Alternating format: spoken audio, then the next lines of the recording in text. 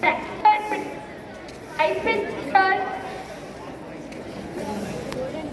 all of respected director sir, principal sir, vice principal sir, honorary my dear friends. I am Parveen from Standard 10B, standing before you all to express my views on a great Muslim reformer, educator and thinker, Sir Syed Ahmad Khan. He is best known for promoting modern education among Indian Muslims and laid the foundation for Aligarh movement. He was born in Delhi in 1870 into an aristocratic Mughal family.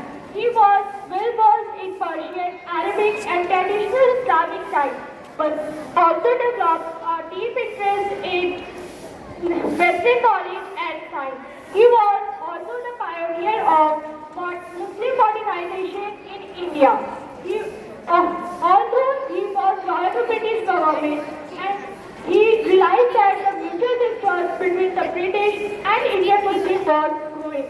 Initially, he was an advocate for Hindus and Muslims unity, and he used to say that Hindus and Muslims are the two eyes of the beautiful bride India. Thank you.